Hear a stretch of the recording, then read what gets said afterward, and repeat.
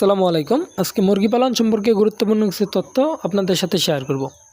আমরা এবছর ৩,২০০ মুরগির একটা সেট করেছি এবং এই জায়গায় মুরগির ধারণ ক্ষমতা ছিল ৩১68টি। তো আমরা সিপি কোম্পানি থেকে ৩,২০০ মুরগি অর্ডার দিয়েছিলাম এবং সেই জায়গায় আমরা ৩১90টা পেয়েছি, অর্থাৎ 10টা মুরগি কম ছিল। এরকম ঘটনা মাঝে মাঝে ঘটে, যা অর্ডার দেওয়া হয় তার থেকে কিছু মুরগি কম থাকে, এরকমই হয় অধিকাংশ সময়। আমাদের যেহেতু 72 ইউনিট ছিল, অর্থাৎ প্রতি খোপে 4টা করে মুরগি ধরতো।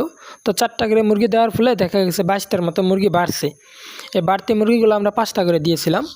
যেহেতু প্রথম দিকে মুরগিগুলো ছোটো ছিল এবং ওজনেও কম ছিল, এখানে 5টা করে দেওয়াতে তেমন কোনো সমস্যা হয়নি। আমাদের ফার্মে এই মুরগিগুলো নিয়ে আসছি প্রায় 3 মাস হলো এবং এই 3 মাস সময়ের ভিতরে প্রায় 30টার মতো মুরগি মারা গেছে, অর্থাৎ অতিরিক্ত গরমের কারণে এবং অন্যান্য মুরগি ঠুকরানোর ফলে বা অন্যান্য অসুস্থতার জন্য এই মুরগিগুলো মারা গেছে।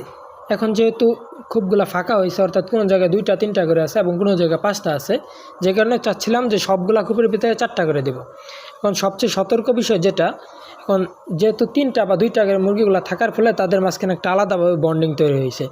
এখন এই জায়গায় বাইরে থেকে অন্য একটা মুরগিকে দেওয়ার ফলে এই মুরগিটাকে ঠুকর দিবে, মুরগি খেতে পারবে না এবং ডিম দিবে না এবং এক পর্যায়ে এই মুরগিটা খেতে না পেরে দুর্বল হয়ে মারা যাবে।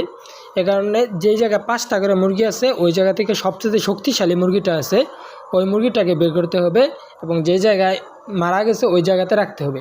তার ফলে কি হবে, এই শক্তিশালী মুরগিটার সাথে তারা ওরকমভাবে পারবে না, যে কারণে এই মুরগিটাকে ঠুকর দিবে না এবং এই জায়গায় স্বাভাবিক একটা পরিস্থিতি হয়ে যাবে।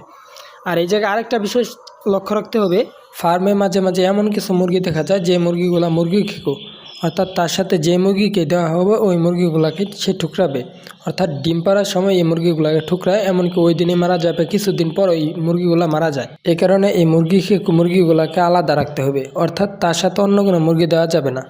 এক খোপে একটা মুরগি রাখতে হবে। এছাড়া অসুস্থ, দুর্বল, ডানা ভাঙা, পা ভাঙা যে মুরগিগুলা বের হয় এই মুরগিগুলোকে ফার্মের যে কোনো এক সাইডে রাখতে হবে, যাতে রোগ জীবাণুগুলা সারা ফার্মে ছড়িয়ে দিতে না পারে, শুধু এক জায়গায় থাকে। এই কারণে এই কাজটা করলে সবচেয়ে ভালো হয়।